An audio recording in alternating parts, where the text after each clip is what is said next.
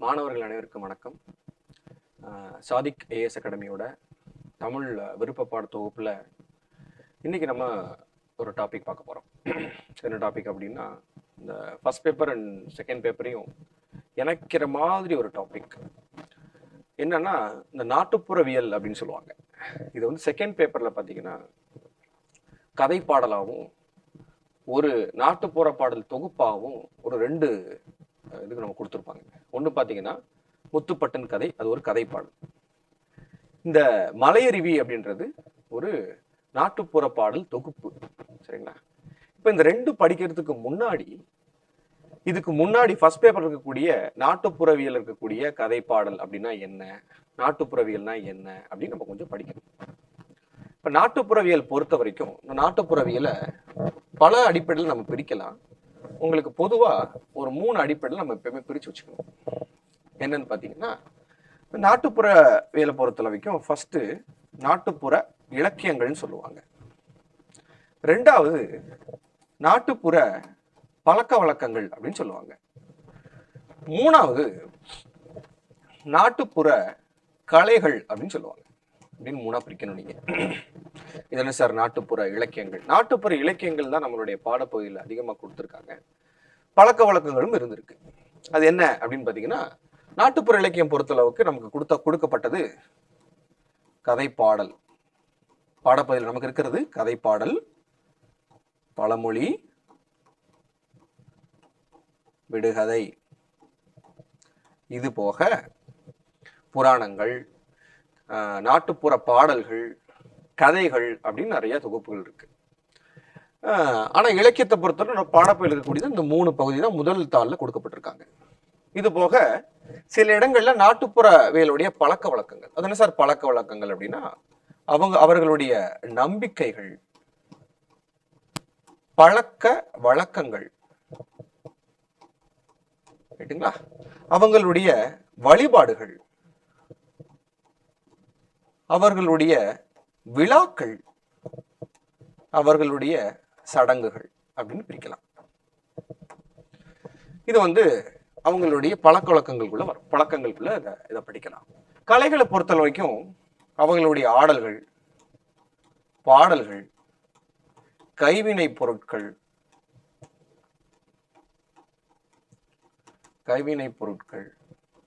இந்த மாதிரி சில இதை பிரிக்கலாம். ஆடல்கள் பாடல்களை பயன்படுத்தக்கூடிய இன்ஸ்ட்ருமெண்ட்ஸ் இருக்கும்ல, அதை நீங்க எடுத்துக்கலாம். அவங்க செய்யக்கூடிய கைவினை பொருட்களை பத்தி பாடலாம். உதாரணத்துக்கு இப்போ ஒரு கும்மி பாட்டு பாடுறாங்க, இல்லை ஒரு கோலாட்டம் பாடுறாங்க அப்படின்னா அந்த கோலாட்டத்துக்கு யூஸ் பண்ற இன்ஸ்ட்ருமெண்ட் அந்த 2 குச்சி, கும்மிக்கு பயன்படுத்துறது. அந்த ஒவ்வொரு ஆடலுக்கும் பாடலுக்கும் உள்ளுக்குள்ள இருக்கக்கூடிய பொருட்கள் சம்பந்தப்பட்டு படிக்கிறது எல்லாமே வந்து பாத்தீங்கன்னா அந்த கலைகளுக்குள்ள வரும். ஸோ இந்த மாதிரி நாட்டுப்புறவியல இலக்கியங்கள், பழக்கங்கள் அண்ட் கலைகள் அப்படின்னு 3 பகுதியா பிரிச்சு வச்சுக்கணும். அடுத்து பாத்தீங்கன்னா, இப்போ இந்த நாட்டுப்புற இலக்கியங்கள் நம்மளோட பாடப்பகுதியில முதல் தாள்ல பிரிவு 2, அதாவது பாத்தீங்கன்னா செக்ஷன் பில வந்து பாத்தீங்கன்னா பகுதி 2ல வந்து இதை கொடுத்துருப்பாங்க. ரொம்ப ரொம்ப முக்கியமான ஒரு பாடப்பகுதி. அதிக மதிப்பெண்களும் இருக்குது. கிட்டத்தட்ட ஃபர்ஸ்ட் பேப்பர்ல ஒரு 30 முதல் 50 மதிப்பெண்களும், 2ஆம் தாள்லையும் உங்களுக்கு 30 முதல் 50 மதிப்பெண்களையும் பெற்றுத்தரக்கூடிய ஒரு பாடப்பகுதி. ரொம்ப முக்கியமான ஒரு பாடப்பகுதி. ஸோ அந்த வகையில நாட்டுப்புற இலக்கியங்கள்ல நீங்க செகண்ட் பேப்பர் மலையருவி படிக்கிறதுக்கு முன்னாடி சில விஷயங்கள் நீங்க படிக்கணும். மலையருவி என்ன பண்ணிருப்பாங்கன்னு பாத்தீங்கன்னா, கீவா ஜெகநாதன் அப்படின்றவர் கதை பாடல் அப்படின்னு சொல்ல முடியாது, அதாவது பாடல் தொகுப்பு அப்படின்னு சொல்லலாம். சரிங்களா? இந்த கதை பாடல் அப்படின்றது இந்த முத்துப்பட்டன் கதை, இந்த நாட்டுப்புற பாடல் தொகுப்பு அப்படின்னு சொல்லுவாங்க. ஸோ அப்ப நீங்க என்ன பண்ணலாம்னா, முதல்ல நாட்டுப்புற பாடலுடைய வகைகள் பத்தி இன்னைக்கான வகுப்புல நம்ம கொஞ்சம் உங்களுக்கு சொல்றேன். இது எல்லாத்தையும் தொகுத்ததுதான் 2ஆம் தாள்ல இருக்கக்கூடிய மலையருவி. அப்ப முதல் தாள் இது என்ன சார் அப்படின்னா, முதல்ல நாட்டுப்புற இலக்கியங்களுக்குள்ள நாட்டுப்புற பாடல்கள், கதைகள், கதை பாடல்கள், பழமொழிகள், விடுகதைகள், புராணங்கள் அப்படின்னு நிறைய இலக்கியங்கள் இருக்கு. அதுல ஒரு வகையான இலக்கியம் தான் இன்னைக்கு நம்ம படிக்க போறோம். அதுல என்ன இலக்கியம் இன்னைக்கு படிக்க போறோம் பாத்தீங்கன்னா, நாட்டுப்புற பாடல்கள். சரி, இந்த நாட்டுப்புற பாடல்கள்ல என்னெல்லாம் முக்கியம், எது வந்து கேள்விகள் அடிக்கடி கேட்கப்படுது அப்படின்னு பாக்குற வகையில இருந்தாலும் சரி, இது ஒரு பெரிய ஆய்வும் செஞ்சிருக்காரு. யாருன்னா சு சக்திவேல். நாட்டுப்புற இயலாய்வு அப்படின்ற ஒரு புத்தகத்தை நீங்க எடுத்தீங்கன்னா சு சக்திவேல் அப்படின்ற பல ஆய்வுகள் பண்ணியிருக்காரு. இந்த நாட்டுப்புற பாடல்கள் பொறுத்த வரைக்கும் என்னென்ன பாடல்கள் இருக்குன்னு எடுத்துக்கிட்டீங்கன்னா, தாலாட்டு, ரைட்டுங்களா, குழந்தை பாடல்,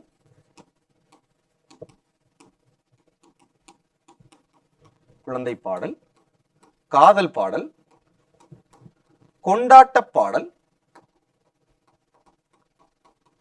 கொண்டாட்ட பாடல்,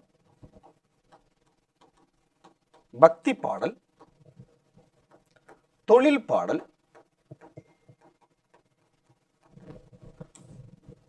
ஒப்பாரி பாடல். இதெல்லாமே நாட்டுப்புற பாடல் தொகுப்புல ரொம்ப முக்கியமான பாடல் தொகுப்புகள்.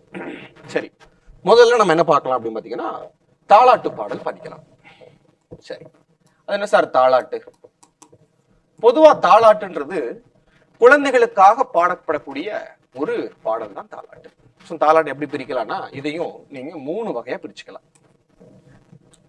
என்ன சார் 3 வகை அப்படின்னா, முதல் வகை குழந்தை பற்றி பாடுவது. என்ன சார் குழந்தை பற்றி பாடுவது அப்படின்னா, இப்போ ஒரு சில பேருக்கு குழந்தைகள் இருக்காது, இல்ல வரம் பெற்று குழந்தை வந்து குழந்தைகளுக்காக சில விரதங்கள் நோன்புகள் இருந்து குழந்தை பெற்றிருப்பாங்க. அந்த குழந்தைக்காக எவ்வளவோ விஷயங்கள் வந்து கஷ்டப்பட்டிருப்பாங்க. இந்த மாதிரி வந்து அந்த குழந்தை வர்றதுக்கான, அந்த குழந்தை எப்படிலாம் வரும், நம்ம குழந்தை எப்படி இருக்கும் அப்படின்னு எண்ணி எண்ணி, அது கற்ப காலத்துக்கு முன்னும் சரி கற்ப காலத்திற்கு பின்னும் சரி அந்த குழந்தைக்காக பாடக்கூடிய பாடல் தான் வந்து பாத்தீங்க அப்படின்னா இந்த குழந்தை பாட்டுன்னு சொல்லுவாங்க. சரிங்களா, இந்த குழந்தை பாட்டுல தாலாட்டு பகுதியில குழந்தைகளுக்கான பாட பகுதி ஒரு பகுதி. சரிங்களா, குழந்தை பற்றி பாடுவது. ரைட்டுங்களா, நல்லா புரிஞ்சுக்கணும். ரெண்டாவது வந்து பாத்தீங்கன்னா, இந்த குழந்தை பயன்படுத்தக்கூடிய அந்த நம்ம சின்ன பிள்ளைகள்லாம் வந்து பார்த்தீங்கன்னா சங்குகள் பயன்படுத்தி கொடுத்துருப்பாங்க. அது வந்து பார்த்தீங்கன்னா வெள்ளி சங்கு இருக்கும். அதில் ஒரிஜினல் நம்ம கடல் பகுதியில் கிடைக்கக்கூடிய சங்கா இருக்கட்டும், வெள்ளி சங்கா இருக்கட்டும், தங்கச்சங்கா இருக்கட்டும், பாலடைகள், கிண்ணின்னு சொல்லுவாங்க.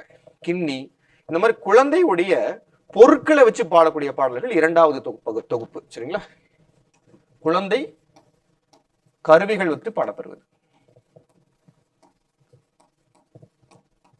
எடுங்களா, சங்கு, சங்கு, அண்ணா கயிறு கேள்விப்பட்டிருக்கோம், அஞ்ஞான் கயிறுன்னு சொல்லுவாங்கல்ல, அருணா கயிறு, கிண்ணி, இந்த மாதிரி குழந்தையுடைய கருவிகள் வைத்து பாடக்கூடிய பகுதி இன்னொரு தொகுப்பு. இதெல்லாம் வச்சு தாலாட்டு பாடுவாங்க. மூணாவது குழந்தையுடைய உறவினர் வச்சு பாடுவாங்க. குழந்தையின் உறவினர். நல்லா புரிஞ்சுக்கணும், தாலாட்டு பாடலுக்கும் குழந்தை பாடலுக்கும் நிறைய வித்தியாசங்கள் இருக்கு. இந்த தாலாட்டு பாடல் அப்படின்றது பாத்தீங்கன்னா குழந்தை பற்றி பாடுவது, குழந்தையுடைய கருவிகளுக்காக பாடுவது, குழந்தையுடைய உறவினர்களுக்காக பாடுவது. அந்த சார் உறவினருக்காக அப்படின்னா, உங்க அப்பா யார் தெரியுமா, உங்க அம்மா யார் தெரியுமா, உங்க மாமா யார் தெரியுமா. பர்டிகுலரா வந்து பாத்தீங்கன்னா தாய் மாமன் உறவினர் பத்தி அதிகமா பாடுவாங்க. ஏன்னா பெண் குழந்தை பிறந்தாலே தாய் மாமனுக்கு வந்து கொள்ளை போகும். அவ்வளவு அழகான ஒரு விஷயம் பெண் குழந்தை தாய் மாமன்களுக்கு. ஸோ அப்போ அந்த தாய் மாமன் உறவு உனக்கு என்னெல்லாம் கொண்டு வருவார் தெரியுமா உங்க தாய் மாமா அப்படின்னு சொல்லிட்டு எல்லாம் பாட்டு பாடுவாங்க. ஸோ அதெல்லாம் வந்து பாத்தீங்கன்னா உறவினர்கள் இந்த குழந்தைக்காக என்னென்ன நிகழ்த்த போகிறார்கள் அப்படின்னு பாடக்கூடியது ஒரு தொகுப்பு தான் வந்து பாத்தீங்கன்னா குழந்தையின் உறவினர்கள் பாடக்கூடிய பகுதி. ஸோ இந்த மாதிரி வந்து குழந்தை பற்றி பாடுவது, குழந்தை கருவிகள், குழந்தை உறவினர்கள் பாடுவதுன்னு சொல்லிட்டு இந்த தாலாட்டு பாடலை 3ஆ பிரிக்கலாம். ஸோ இதான் வந்து பாத்தீங்கன்னா தாலாட்டு பாடல். சரி சார், தாலாட்டு பாடல் சொல்றீங்க, ஆனா எல்லாம் குழந்தை பத்தி பேசியிருக்கீங்களே, அப்ப குழந்தை பற்றி என்ன இருக்கு, குழந்தை பாடல் என்ன இருக்கு அப்படின்னு கேட்டீங்கன்னா குழந்தை பாடல்.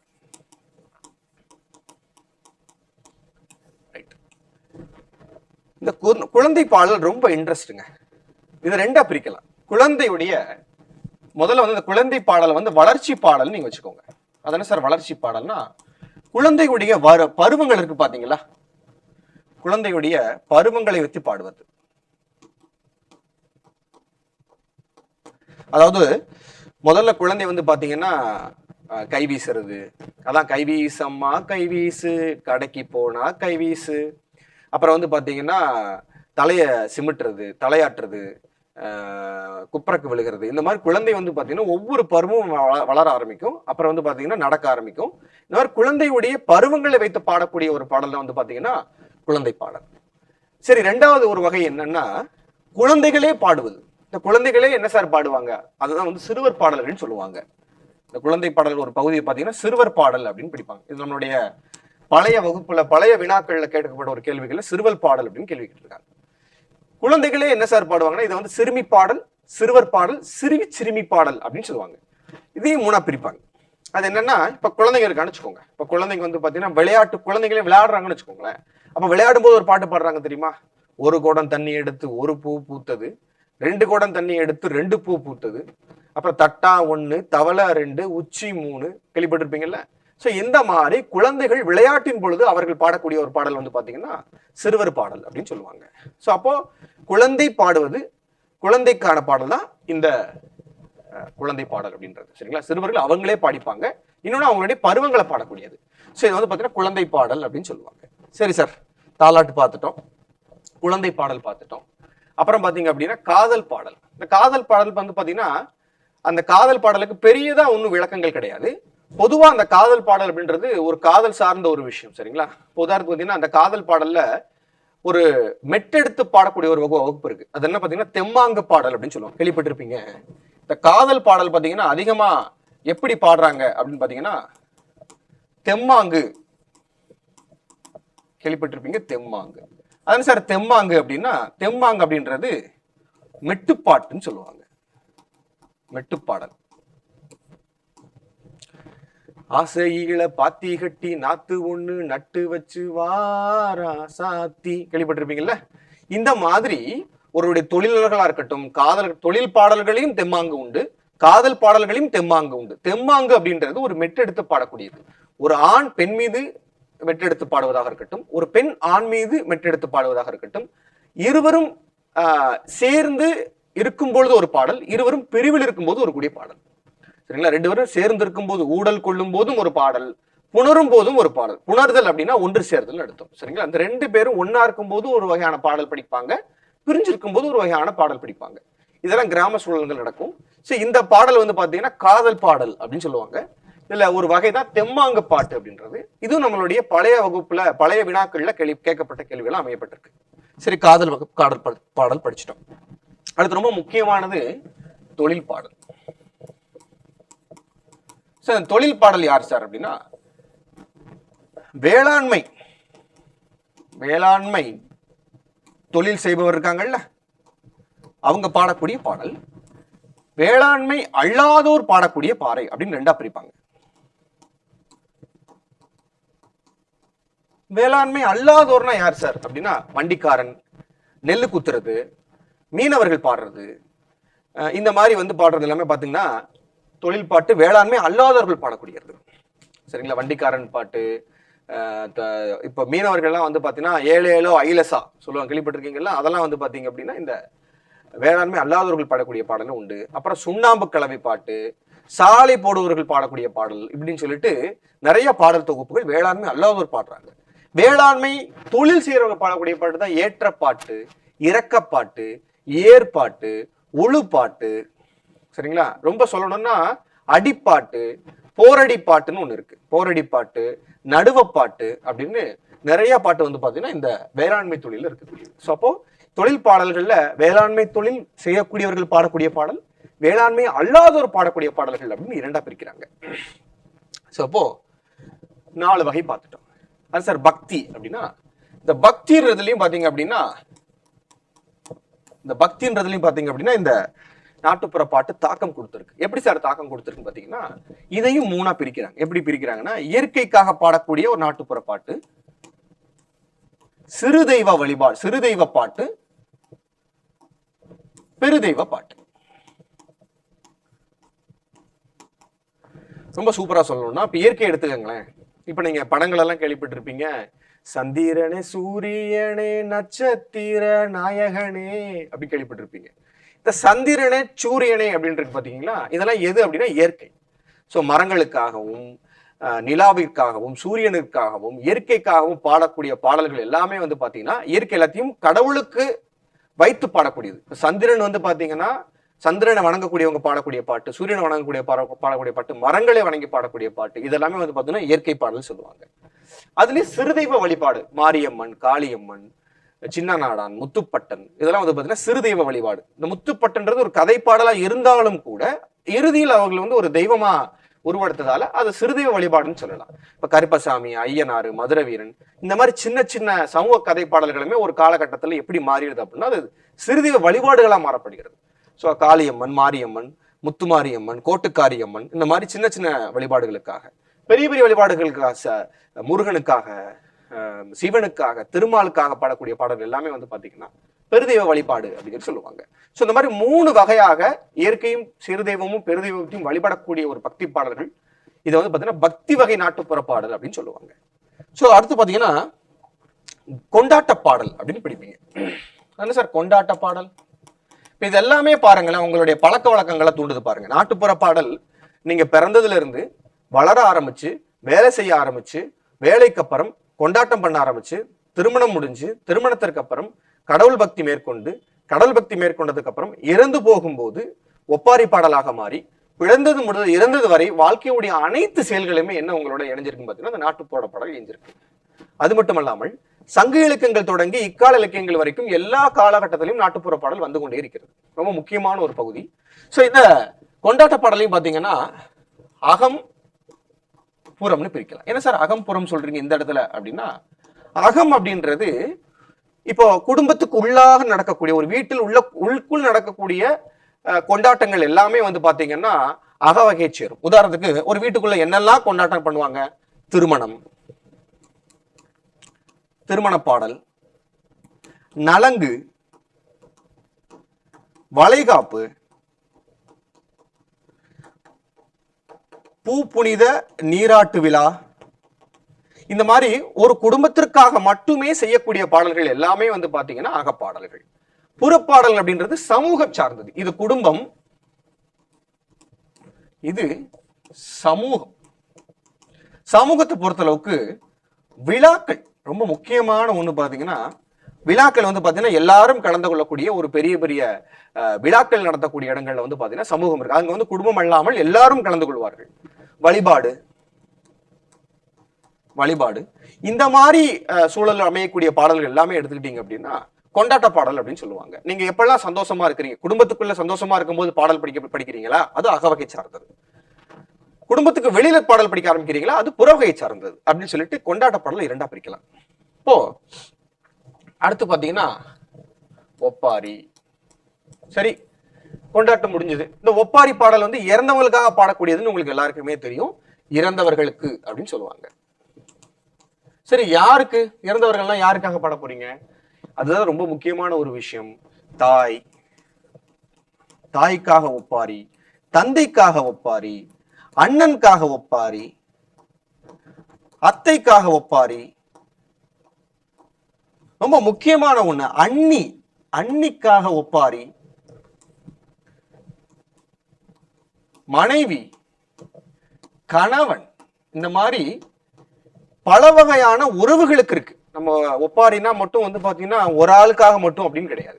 எல்லா உறவினர்களுக்காகவும் எல்லாரும் ஒரு சூழல் அமர்ந்து அந்த இறந்ததை வந்து பாத்தீங்க அப்படின்னா அவங்களுடைய எமோஷனல் டைப்ல இருந்து எடுத்து பாடக்கூடிய ஒரு பாடல் தான் வந்து பாத்தீங்கன்னா இந்த ஒப்பாரி பாடல். சரிங்களா? சகோதரனுக்காக, சகோதரிக்காக, அண்ணனுக்காக, அண்ணிக்காக, அத்தைக்காக, மாமாக்காக, இந்த மாதிரி உறவினர்களுக்காக எல்லோரும் கலந்து கொண்டு அந்த இறப்பினுடைய தொகுதியில் நடந்துக்கிட்டு அதுக்காக பாடக்கூடிய பாடல் எல்லாமே ஒப்பாரி பாடல்கள். இந்த மாதிரி வந்து பாத்தீங்கன்னா நாட்டுப்புற பாடல் அப்படின்றது கொண்டாட்டம், பக்தி, தொழில், காதல், குழந்தை, இப்படின்னு பல வகையா இருக்கு. சரிங்களா? சோ அதுல ஒண்ணுதான் தெம்மாங்கும் நீங்க சேர்த்துக்கலாம். சோ ரொம்ப ரொம்ப முக்கியமான ஒரு தொகுப்பு தான் இந்த தொகுப்பு, இந்த மாதிரி நாட்டுப்புற பாடல் அப்படின்றது. சரி சார், நீங்க சொல்லிட்டீங்க. இது எங்க வருது அப்படின்னு பாத்தீங்கன்னா, இது எல்லாமே சார்ந்த ஒரு தொகுப்பு தான் வந்து பாத்தீங்கன்னா மலையருவி அப்படின்றது. இந்த மலையருவி ஓபன் பண்ணிட்டீங்க அப்படின்னா அதை 2 பகுதியா பிரிக்கலாம். அதை நம்ம அடுத்த வகுப்புல பார்க்கலாம். அந்த 2 பகுதியில ஒரு பகுதி பாத்தீங்கன்னா நாட்டுப்புற பாடல் வகைகள் அப்படின்னு சொல்லுவாங்க. அந்த நாட்டுப்புற பாடல் வகைகள் தான் இது எல்லாமே. தாலாட்டு, குழந்தை பாடல், காதல் பாடல், கொண்டாட்ட பாடல், பக்தி பாடல் அப்படின்னு பிரிப்பாங்க. இதெல்லாமே மலையருவியில வரக்கூடியது. ஸோ அப்போ மலையருவி படிக்கிறதுக்கு முன்னாடி நீங்க என்ன பண்ணணும் அப்படின்னா நாட்டுப்புற பாடல் பத்தி நீங்க ஒரு சில ஆய்வுகள் மேற்கொள்ளணும். ஸோ அப்போ அதுல முதல்ல நம்ம பார்க்கக்கூடியது இந்த பாடல் வகைகள், நாட்டுப்புற பாடல் வகைகள் அப்படின்ற இந்த டாபிக். சரி, இதை தொகுத்து எழுதுனதுதான் வந்து பாத்தீங்கன்னா மலையருவியுடைய இரண்டாம் பாகம். அந்த முதல் பாகம் என்ன அப்படின்னா, அந்த முதல் பாகத்தை ஆராய்ச்சி உரை அப்படின்னு சொல்லுவாங்க. அந்த ஆராய்ச்சி உரை அப்படின்றத நம்ம அடுத்த வகுப்புல பார்க்கலாம். இன்னைக்கான அந்த நாட்டுப்புற பாடல் வகுப்புல என்னென்ன உங்களுக்கு புரிஞ்சுக்கிட்டது அப்படின்றத படிக்கலாம். இது வந்து பாத்தீங்கன்னா உங்களுக்கு நான் பேசிக்கா சொல்லியிருக்கேன். இது ஒவ்வொருக்குள்ளேயும் பாடலோடு நீங்க படிக்கும்போது ரொம்ப அருமையான விளக்கங்கள் உங்களுக்கு கிடைக்க வாய்ப்பு இருக்கு. அதற்கு நம்ம மேற்கொள்ளக்கூடிய புத்தகம் டாக்டர் சு சக்திவேலுடைய நாட்டுப்புற இயலாய்வு புத்தகத்தை நீங்க மேற்கொள்ளலாம். சரிங்களா? ஸோ இதுதான் இன்னைக்கான வகுப்புக்கான குறிப்பு. அடுத்த வகுப்புல இதோடைய தொடர்ச்சியாக அடுத்தடுத்த கதை பாடல் பற்றியோ, கதைகள் பற்றியோ, வழிபாடு, விடுகதைகள் பற்றியோ, பழமொழிகள் பற்றியோ நம்ம சிறிதா பார்க்க ஆரம்பிக்கலாம். இதோடைய எக்ஸ்டெண்டட் வெர்ஷன் அப்படின்றதா மலையருவி. மலையருவி நம்ம ஒரு தொகுப்புல நம்ம பார்க்கலாம். சரிங்களா? சரி, ஓகே. பாருங்க, ஏதாவது இந்த வகுப்புல சந்தேகங்கள் இருந்தது அப்படின்னா நீங்க இந்த கமெண்ட் செஷன்ல நீங்க எங்களுக்கு சொல்லுங்க. என்னால முடிஞ்ச நேரங்களை ஒதுக்கி உங்களுக்காக விடைகளை நான் கொடுக்குறேன். சரிங்களா? ரொம்ப நன்றி. தேங்க்யூ.